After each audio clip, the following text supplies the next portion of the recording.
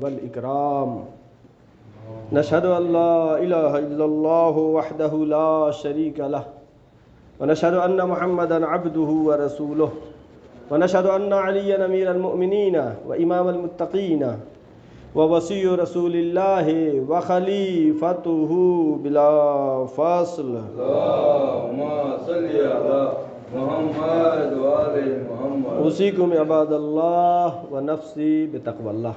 آج کے اس خطبہ نماز جمعہ میں سب سے پہلے اپنے نفس کو، پھر تمام حضار محترم کے نفوس کو تقوی الہی کی دعوت دیتا ہوں، اور یہ تقوی الہی ہی ہے کہ جس کے ذریعے سے انسان اس دنیا میں بھی خوشحال زندگی بسر کر سکتا ہے اور آخرت میں بھی بلند اور بالا منزلوں تک پہنچ سکتا ہے۔ آج کا دن بہت ہی مبارک دن، بہت ہی خوشی کا دن، عید کا دن ہے، اور صرف مومنین کے لیے نہیں بلکہ پیغمبر اکرم حضرت محمد مصطفیٰ صلی اللہ علیہ وسلم کے لیے بھی عید کا دن ہے، اور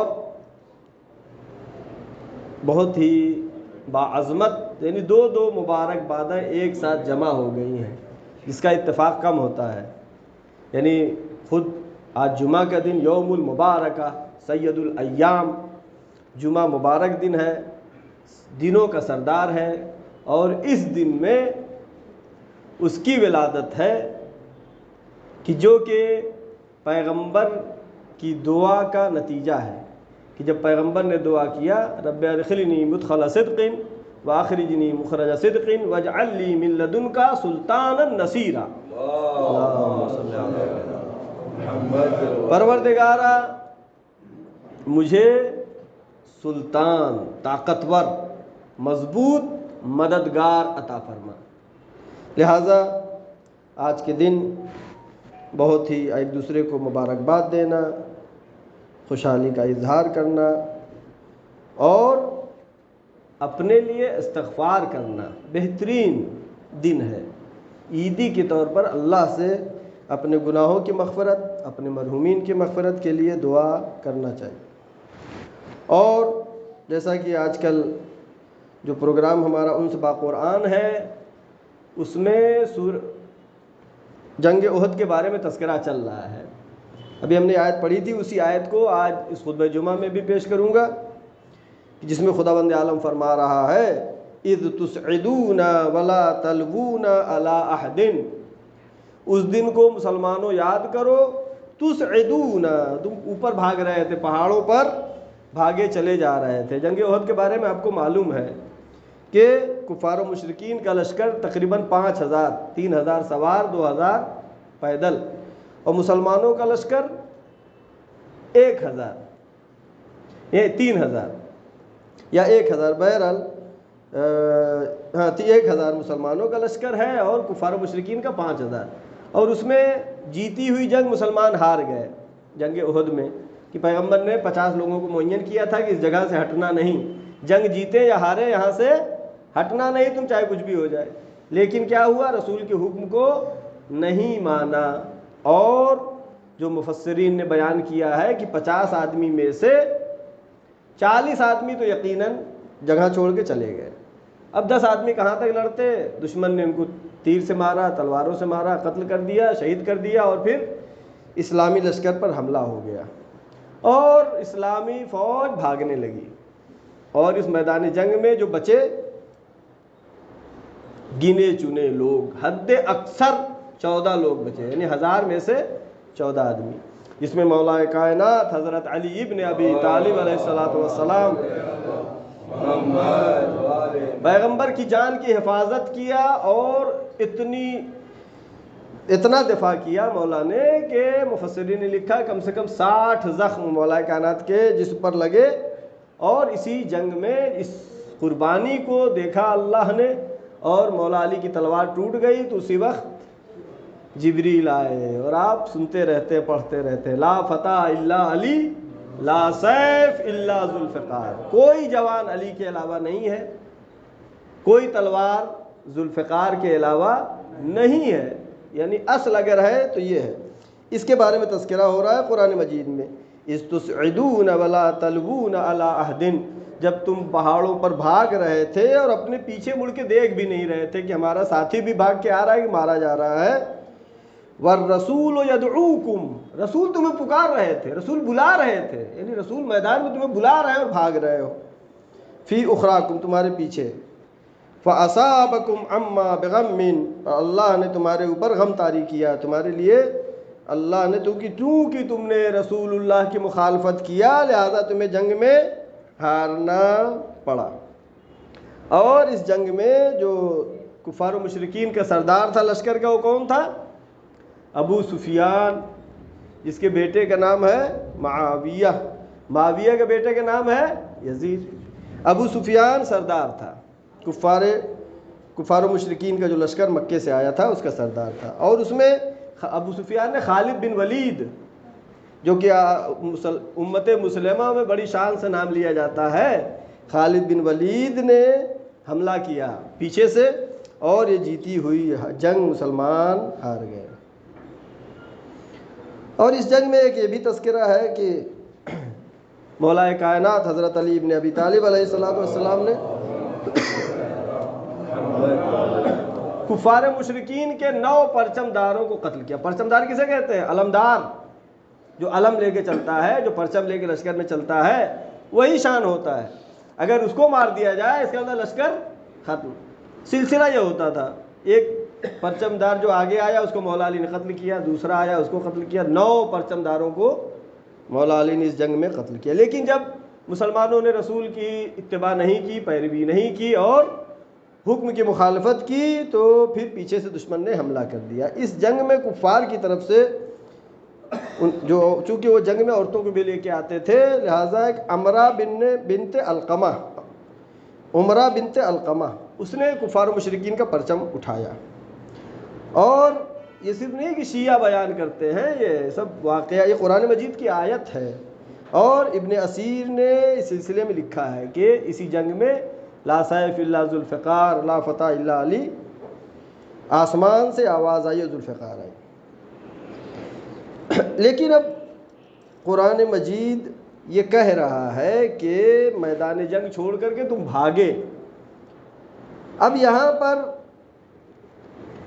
جو اہل سنت یہ کہتے ہیں کہ تمام صحابہ عادل ہیں، سب اچھے ہیں، صحابہ وہ کیا معنی کرتے ہیں؟ جو رسول کے ساتھ رہ لیا ہو۔ ہمارے اصطلاح میں صحابہ نہیں کہتے اسے، جو رسول کی اطاعت کرے وہ کیا ہے؟ وہ رسول اللہ کا صحابی ہے، ساتھ رہنا کافی نہیں ہے۔ لہذا انہوں نے دلیل میں کیا پیش کرتے ہیں؟ اس آیت کو، کہ قرآن مجید کی آیت ہے محمد الرسول اللہ والذین معہ اشداء علی الکفار رحماء بینہم، محمد رسول اللہ اور ان کے ساتھ جو لوگ ہیں وہ کفار پر سخت ہیں، آپس میں مہربان ہیں۔ یعنی جو رسول کے ساتھ ہیں، جو رسول کے ساتھ ہیں، محمد رسول اللہ والذین معہ، اور جو رسول کے ساتھ ہیں وہ کیا ہے؟ وہ آپس میں محبت رکھتے ہیں، رحم رکھتے ہیں اور دشمنوں پر سخت ہیں۔ اس سے دلیل قرار دیتے ہیں کہ تمام صحابہ عادل ہیں، سب اچھے ہیں۔ حالانکہ ساتھ رہنے کا مطلب کیا ہے؟ ہر آدمی سمجھتا ہے ساتھ رہنے کیا مطلب؟ ساتھ رہیں اور اندر دل سے نہ چاہیں تو کیا یہ ساتھ کہلائے گا؟ یہ ساتھ نہیں کہلائے گا۔ آپ دوست تو بہت اچھے ہیں، اور جب جو ہے خدا نہ خواستہ کوئی وقت پڑ گیا تو میدان چھوڑ کر کے دوست کو اکیلے بھاگ گئے، تو کیا ساتھی کہا جائے گا؟ اسے نہیں کہا جائے گا۔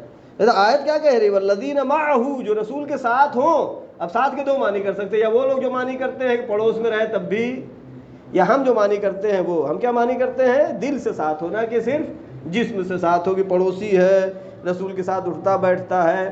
اور قرآن مجید میں سورہ انفال کی آیت، جس میں آیت نمبر 15 اور 16، جس میں خداوند عالم فرما رہا ہے یا ایھا الذین آمنوا اذا لقیتم الذین کفروا زحفا، اے ایمان لانے والو جب کفار سے تمہارا مقابلہ ہو، زحفا یعنی بالکل گرم ہو، میدان جنگ ہو، فلا تولوہم الادبار، اپنی پشت پیچھے نہ کرنا، یعنی میدان چھوڑ کر کے نہیں بھاگنا۔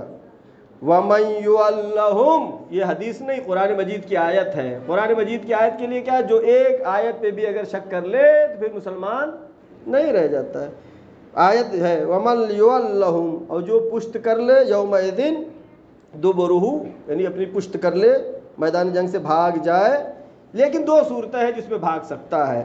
بھاگنا اسے نہیں کہتے الا متحرفا لقتال، یعنی جگہ چینج کرنے کے لیے، یعنی ایک لشکر آئے دوسرا پیچھے ہٹے، وہ ٹیکٹک، جنگی ٹیکٹک جسے کہتے ہیں وہ ہے، تو اس میں کوئی حرج نہیں. او متحیزا الی فئۃ، یا جو ہے دوسرے لشکر کو جگہ دینے کے لیے، یا جو ہے تدبیر کے لیے پیچھے ہٹتا ہے. اس کے علاوہ اگر میدان چھوڑ کر کے بھاگتا ہے تو میدان چھوڑ کر کے جنگ احد میں جو اسلامی لشکر بھاگا پہاڑوں پہ، کیا وہ تدبیر کے تحت بھاگا تھا؟ نہیں، بلکہ بعض نے تو باقاعدہ اقرار کیا کہ میں 3 دن بعد واپس آیا، کوئی کہہ رہا میں 2 دن بعد واپس آیا. لہٰذا یہ بھاگنا یہ والا بھاگنا نہیں ہے، تدبیر والا نہیں ہے، ٹیکٹک نہیں ہے، بلکہ جو ہے یہ واقعاً بھاگنا ہے. اب خداوند عالم یہاں پہ کیا فرما رہا ہے، توجہ کریں. فقد باء بغضب من اللہ، جو بھاگ جائے بالتحقیق اس نے غضب خدا کو خرید لیا ہے، اللہ کی ناراضگی کو خرید لیا ہے. کس نے؟ جو میدان جنگ چھوڑ کر کے بھاگ جائے. کتنے بھاگ گئے؟ اکثر بھاگ گئے، یہ اکثر بھاگ گئے. زیادہ سے زیادہ کتنا؟ 10 یا 14 لوگ ہیں، جس میں کچھ مسلمان عورتیں بھی تھیں جو پیغمبر اکرم حضرت محمد مصطفیٰ صلی اللہ علیہ وآلہ وسلم کا دفاع کر رہی تھی. لہذا آیت بالکل صریح اس بات کو کہہ رہی ہے کہ جو میدان چھوڑ کر کے بھاگ جائے. اور کون لوگ میدان جنگ چھوڑ کر کے بھاگ گئے؟ تاریخ کی تمام کتابوں میں، اہل سنت کی کتابوں میں بھی، شیعہ کی کتابوں میں بھی واضح الفاظ میں لکھا ہوا ہے کہ یہ لوگ جو رسول کے اپنے کو بہت نزدیکی صحابہ کہتے تھے، رسول اللہ کو میدان میں چھوڑ کر کے بھاگ گئے. اور آگے آیت کہتی وَمَأْوَاهُمْ جَهَنَّمَ وَبِئْسَ الْمَصِيرُ، ان کا مأوا، ان کا ٹھکانہ جہنم ہے. رسول اللہ کو میدان میں تنہا چھوڑ کر چلے گئے. اور جو چھوڑ کر چلا جائے رسول کو میدان میں، اس سلسلے میں مولا کائنات حضرت علی ابن ابی طالب علیہ السلام سے جب کسی نے سوال کیا یا علی سب تو چھوڑ کے میدان بھاگ گئے تھے، آپ کیوں نہیں بھاگے؟ تو مولا کائنات نے کیا کہا؟ کیا میں کافر ہو جاتا؟ یعنی ایمان لایا ہوں، مومن ہوں، بلکہ مومن نہیں ہے بلکہ امیر المومنین ہے مولا. تو کہہ رہے کیا میں پھر ایمان لانے کے بعد کافر ہو جاتا؟ اس کا مطلب کیا ہے؟ یہ کفر ہے، انکار کرنا ہے، یعنی رسول کو دل سے نہ ماننا ہے. لہذا قرآن مجید کی اصطلاح 2 ہے، مومن اور مسلم. جو آیت ہمیشہ پڑھتا ہوں، پھر پڑھتا ہوں، بسم اللہ الرحمن الرحیم. قالت الاعراب آمنا قل لم تؤمنوا ولكن قولوا اسلمنا ولما يدخل الایمان فی قلوبکم. اے میرے رسول، یہ عرب آئے ہیں آپ کے پاس، کہتے ہیں ایمان لائے ہیں. قل لم تؤمنوا، ان سے کہہ دیجئے کہ تم ایمان نہیں لائے ہو، بل قولوا اسلمنا، کہو اسلام لائے. ولما يدخل الایمان، تمہارے دل میں ایمان ابھی داخل نہیں ہوا. اگر ایمان دل میں داخل ہوتا تو میدان جنگ چھوڑ کر کے بھاگتے نہیں. اور اس بارے میں اہل سنت کے مشہور راوی ابو ہریرہ نے پیغمبر اکرم حضرت محمد مصطفیٰ صلی اللہ علیہ وآلہ وسلم سے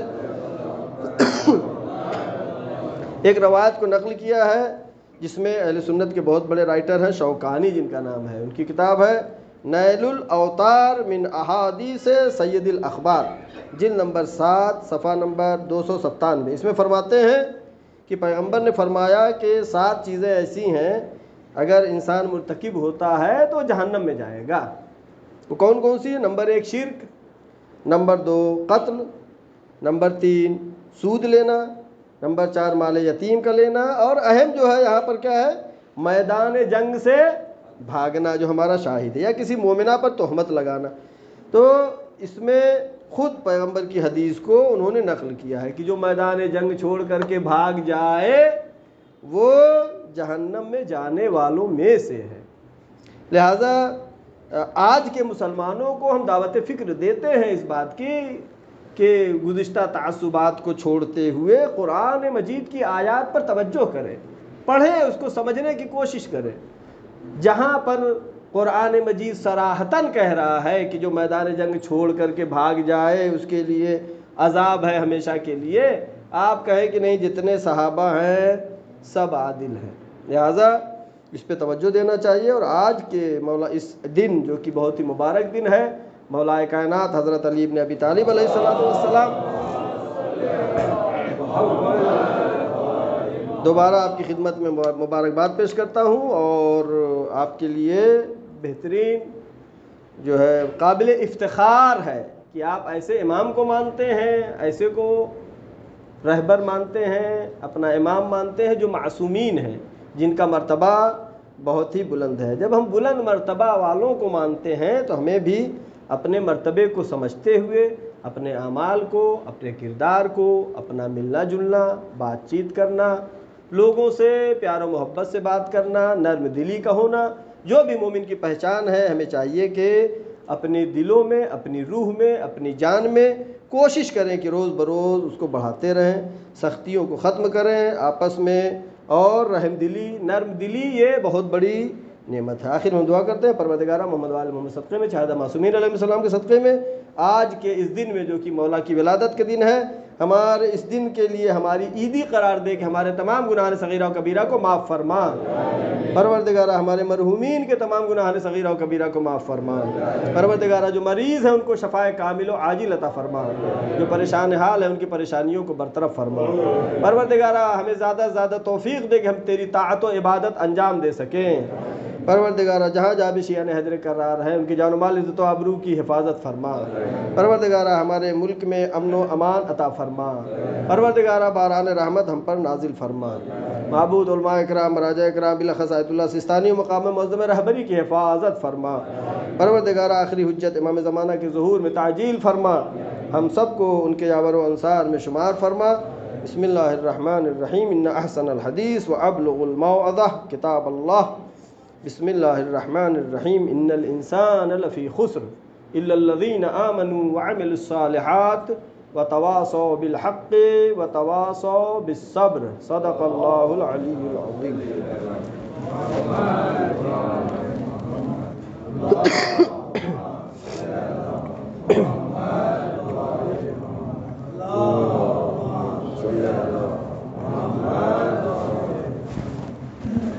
اعوذ باللہ من الشیطان اللعین الرجیم، بسم اللہ الرحمن الرحیم، الحمد للہ الذی لا الہ الا هو الحلیم الکریم، غافر الذنب وقابل التوب وهو الغفور الرحیم، سبحان من سبقت رحمته على غضبه وبسط اليدي بالرحمة، سبحان من لا يزداد الا جودا وكرما، نشهد ان لا اله الا الله وحده لا شريك له، ونشهد ان محمدا عبده ورسوله، ونشهد ان عليا امير المؤمنين وامام المتقين وقاتل المشركين عليا ولي الله ووصي رسول الله وخليفته بلا فاصل،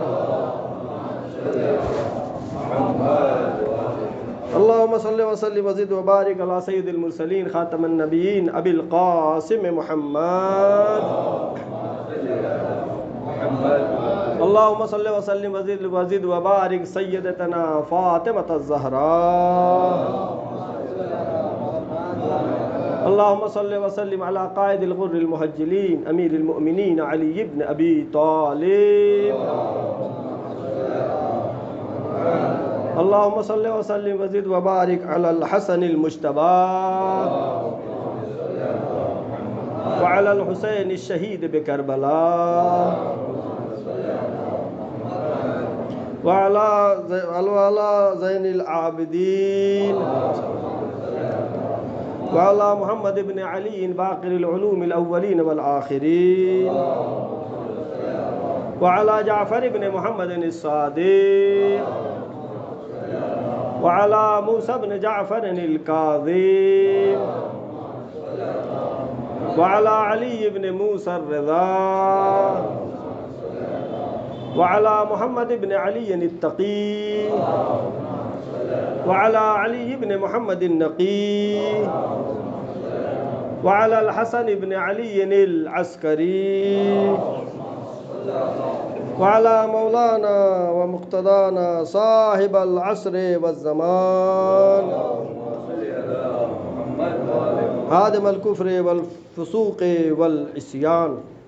آج کے اس مبارک دن میں سب سے پہلے اپنے نفس کو، پھر تمام حضار محترم کے نفوس کو تقوی الہی کی دعوت دیتا ہوں، اور یہ مبارک دن جو کہ جمعہ کا دن بھی ہے، اور مولائے کائنات حضرت علی ابن ابی طالب علیہ السلام کی ولادت کا دن ہے، 13 رجب سن 30 عام الفیل۔ عام الفیل کیا ہوتا ہے یہ بچوں کو بتا دوں میں کہ دیکھیے کیلنڈر جو شروع ہوتے ہیں، کوئی بڑا حادثہ جب ہوتا ہے، کوئی واقعہ بڑا پیش آتا ہے تو اس کے لحاظ سے کیلنڈر بنتے ہیں۔ مثلا تاریخ اسلام میں جناب عیسیٰ کا اس دنیا میں آنا، تبلیغ کرنا، یہ تاریخ اسلام کا بہت بڑا واقعہ تھا، لہٰذا ایک سال شروع ہوا جس کو ہم کہتے ہیں عیسوی سال۔ کتنا چل رہا ہے ابھی؟ 2021۔ اس کو کہتے ہیں جناب عیسیٰ کے زمانے سے شروع ہوا۔ ایک سال ایک بڑا حادثہ پیش آیا جناب عیسیٰ کے بعد سے، کون سا؟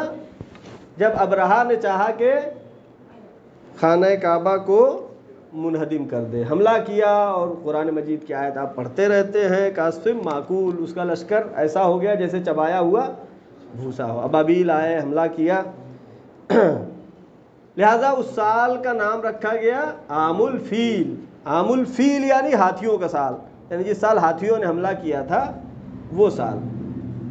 یہ سال کتنے سال تک چلا؟ صلوات بھیجے محمد والے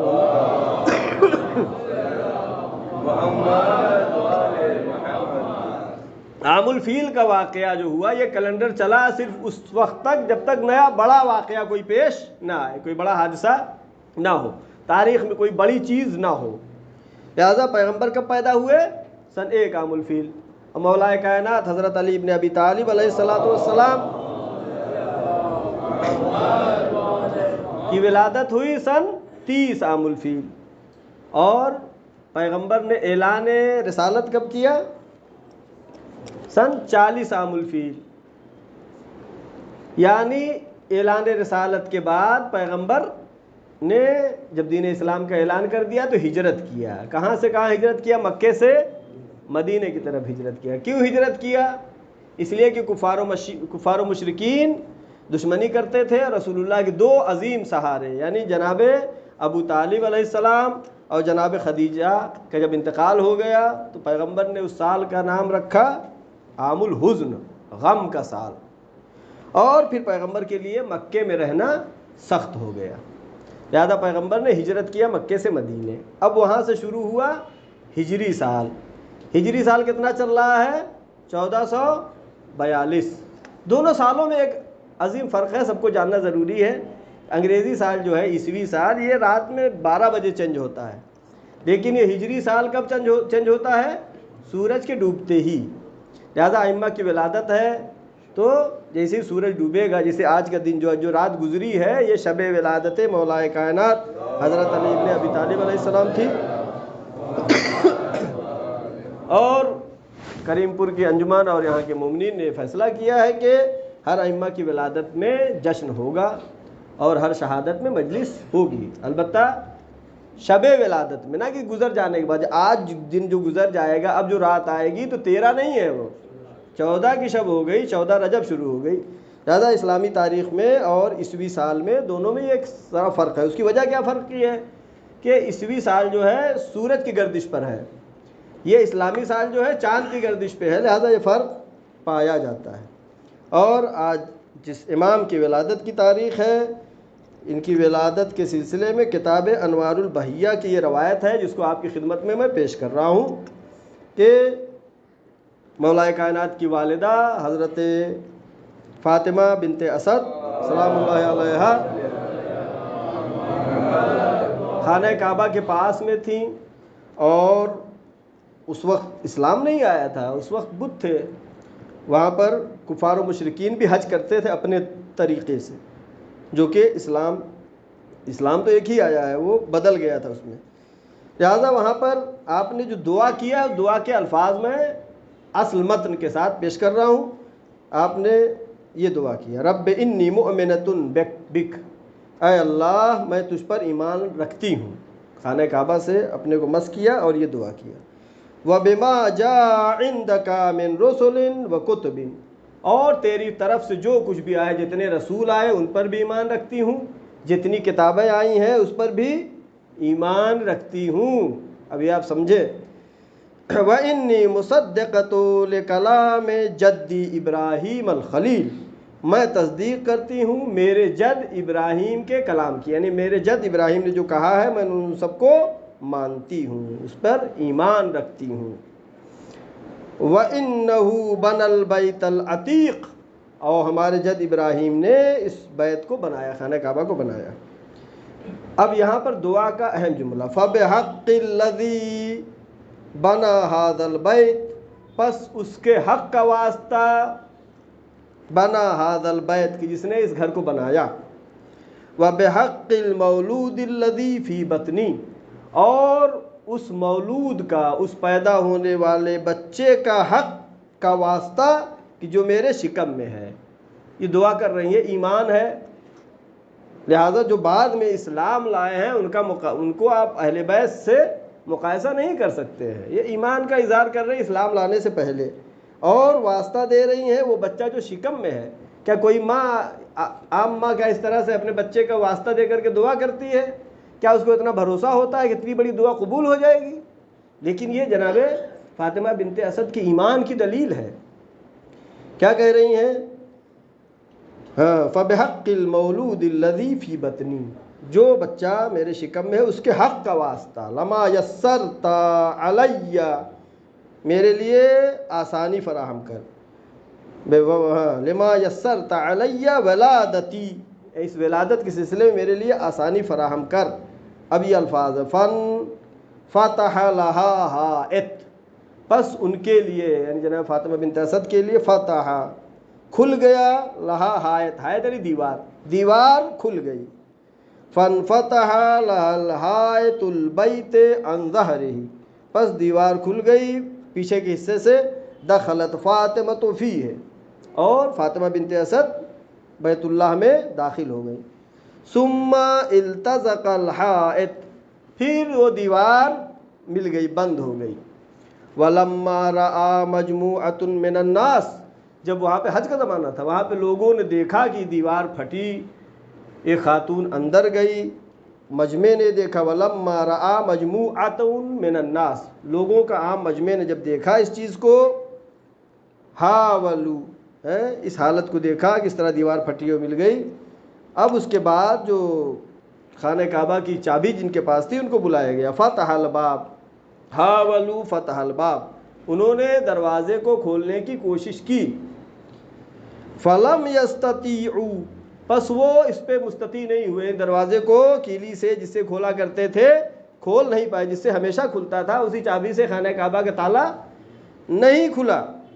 اب یہاں پہ الفاظ دیں گے، فَعُلِمُوا، ان لوگوں نے یہ جانا، مسلمان نہیں، یہ کفار و مشرکین ہیں، فَعُلِمُوا أَنَّ ذَلِكَ أَمْرٍ مِّنْ أَمْرِ اللَّهِ، ان لوگوں نے اس چیز کو یقین کر لیا، علم کر لیا، یقین کر لیا کہ یہ امر خدا میں سے ہے، جو کھل نہیں رہا ہے، یہ تالے کا نہ کھلنا کیا ہے، یہ امر خدا ہے، امر خدا ہے۔ آج مسلمان اس عظمت کو نہیں سمجھ رہے ہیں، کفار و مشرکین نے یہ سمجھا یہ کھل نہیں رہا ہے، یہ خدا کے حکم کی وجہ سے ہے۔ ثم خرجت بعد الرابع، اور مشہور تو ہے کہ 3 دن کے بعد، اس روایت میں ہے ثم خرجت بعد الرابع، 4 دن کے بعد خارج ہوئیں۔ وَبِيَدِهَا أَمِيرُ الْمُؤْمِنِينَ، اور ان کے ہاتھ میں مولا کائنات امیر المؤمنین حضرت علی ابن ابی طالب۔ اور اس سلسلے میں کچھ علماء اہل سنت کی کم علمی کہیں یا جو کہیں، کچھ لوگوں کو جیسے معلوم بھی نہیں ہے، حالانکہ کتاب المستدرک علی الصحیحین اہل سنت کی بہت مشہور کتاب ہے، حاکم نیشاپوری کی، انہوں نے جلد نمبر 3 صفحہ 550 پہ یہ لکھا ہے، وقت تواتر الاخبار، متواتر حدیث کسے کہتے ہیں پہلے میں بتا چکا ہوں، متواتر حدیثیں بہت کم ہیں۔ متواتر حدیث اسے کہتے ہیں جس میں کوئی پلاننگ ہونے کا امکان نہ ہو، مطلب 50 آدمی پلاننگ کیے کہ یہ بات ہم لوگ کہیں گے سب جگہ اور مشہور کر دیں گے، وہ متواتر نہیں ہو سکتی۔ متواتر کسے کہتے ہیں؟ جہاں پہ پلاننگ ناممکن ہو، یعنی اتنے لوگوں نے حدیث کو نقل کیا ہو کہ کوئی شک کی گنجائش نہ رہ جائے۔ مثلا خانہ کعبہ، بہت سے لوگوں نے زیارت نہیں کیا، اللہ ہم سب کو زیارت خانہ کعبہ کی توفیق عطا فرمائے۔ تو اب جو ہے ہم نے دیکھا نہیں ہے، لیکن ہم کو یقین ہے کہ نہیں کہ ہے کعبہ، ہے کہ اسے کہتے ہیں تواتر، یعنی تواتر سے ہم نے اتنا سنا ہے کہ ہمیں یقین ہے، اس کو کہتے ہیں متواتر حدیث۔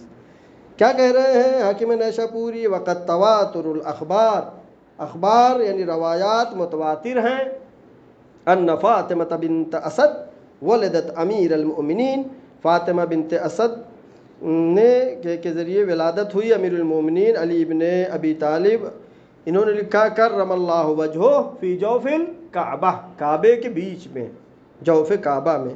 البتہ آج کے زمانے میں ایک نئی چیز جو اہل سنت میں رائج ہو رہی ہے، جو کہ خود ان کی کتابوں کے خلاف ہے۔ ان کے جو بھی روایتیں لکھی جاتی تھی، جہاں بھی مولا کائنات کا نام آتا تھا وہاں پہ لکھتے تھے کرم اللہ وجہہ، کہ اللہ ان کے چہرے کو مکرم بنائے، اور بقیہ کے لیے لکھتے تھے رضی اللہ عنہ، یعنی جو بعد میں اسلام لائے ان کو رضی اللہ عنہ لکھتے تھے، اور مولا کائنات حضرت علی ابن ابی طالب علیہ الصلوۃ والسلام وہ نہیں ہے کہ جو ایمان لائے لفظ صحیح نہیں ہے، بلکہ یہ تو امام اللہ کی طرف سے بن کے ایمان کا اظہار کیا مولا نے، لہٰذا امام کے لیے کیا لکھتے ہیں؟ کرم اللہ وجہہ۔ لیکن آج کل ان کے مولا کائنات کے لیے بھی لکھنا شروع کر دیا، انہوں نے کیا لکھنا شروع کر دیا؟ رضی اللہ عنہ، جو کہ خود ان کی کتابوں کے خلاف ہے۔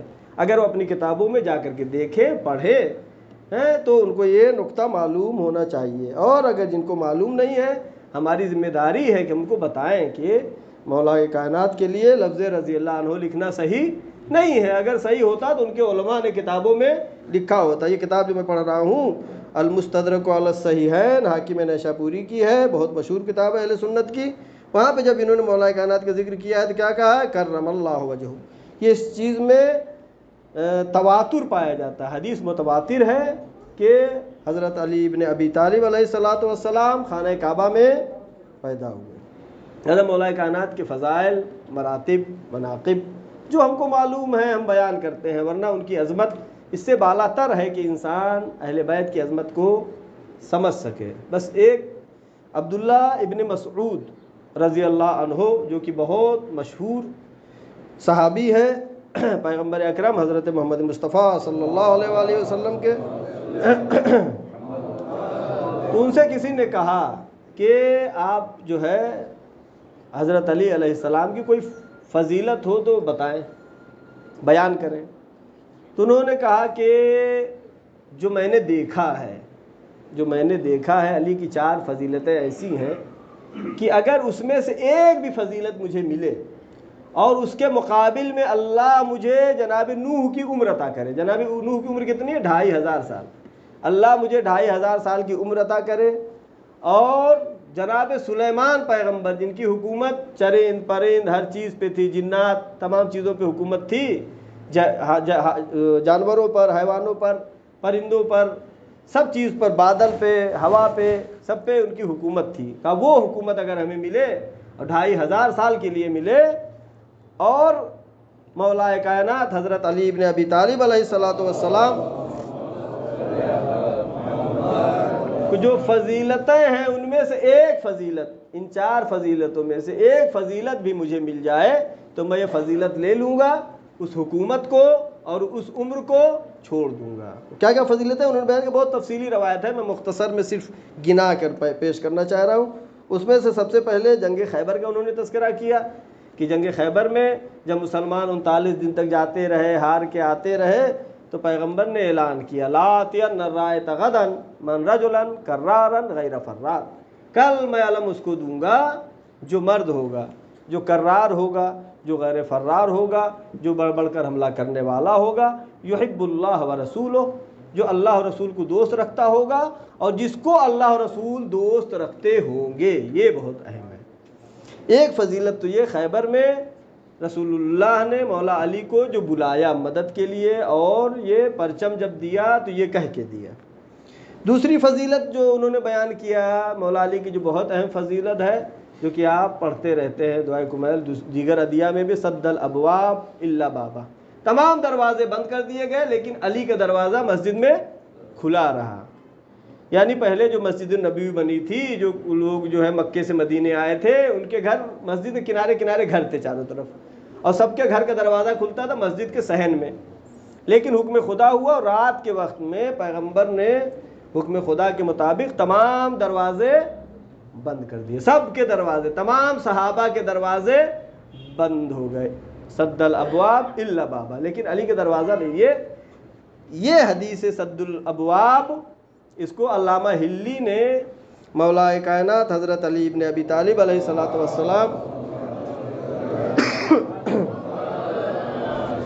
کے لیے، جیسا کہ حدیث کیسا اہل بیت کی طہارت کے اوپر دلیل ہے، اس کو دلیل قرار دیا انہوں نے کہ مولا کائنات کی طہارت جو اللہ نے عطا کیا ہے کہ ان کے دروازے کے علاوہ سب کا دروازہ بند ہو گیا. لوگ آئے صبح میں، یا رسول اللہ یہ کیوں بند کر دیا ہمارا دروازہ؟ ہو سکتا ہے گھر سے دباؤ پڑا ہو کہ کیوں بند کروا دیا، جا کے پوچھیں، آسانی تھی، سب کا دروازہ کیوں بند کرا دیا؟ تو رسول اللہ نے کیا کہا؟ میں نے نہیں بند کرایا، بلکہ حکم خدا اللہ نے بند کروایا ہے، میں نے نہیں بند کرایا. یہ ایک فضیلت مولا علی کی، یہ عظیم فضیلت جس کو عبداللہ ابن مسعود نے بیان کیا.